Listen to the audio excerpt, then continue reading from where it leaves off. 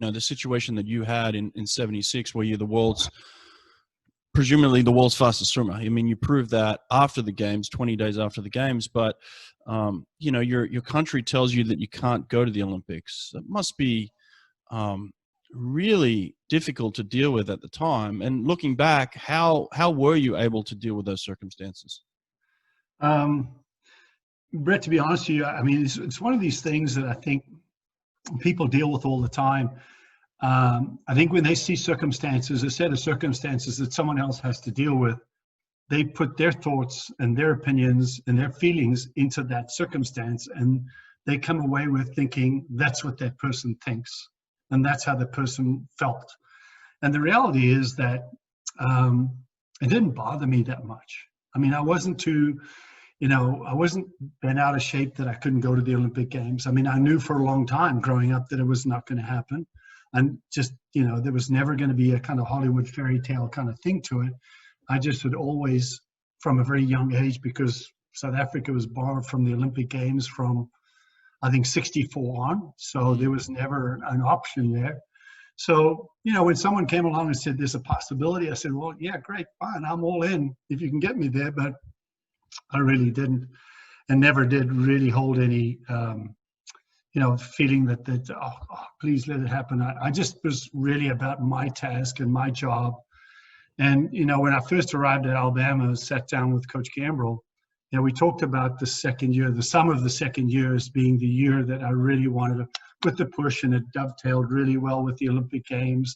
So it was always that was part of the plan. Second year adaptation to training. I never trained year round. I'd never lifted weights. I'd never, I was that ideal kid that came out of high school, that college coaches like to recruit, that, have no background, no anything, and that they're all upside. So I think Coach was really good at saying, listen, year two, that's what we're shooting for.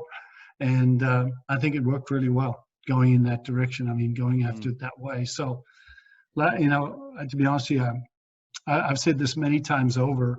One, I felt very lucky to have the physical talent. Very lucky to have been put into the path to be able to bring it out the way it did.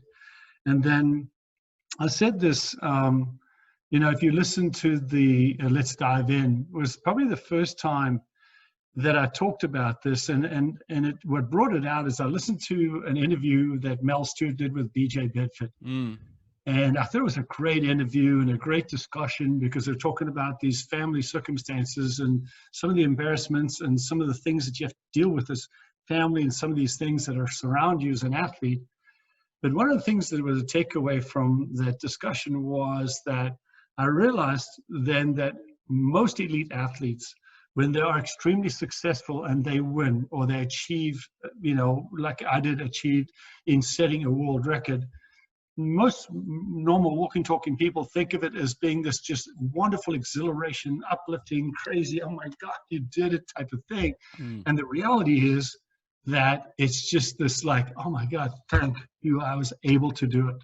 I mean, I'm just thankful that I don't have to deal with the aftermath of not being able to do it, because the drive to push you to be the best, you never consider yourself as being anything less than the best.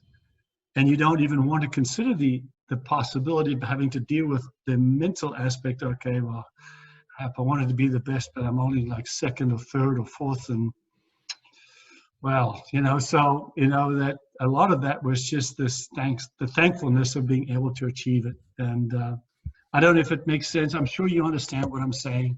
And I got the same sort of thing from BJ, and I got the same thing from Mel, that it was more about winning meant that they didn't have to deal with the issues of losing.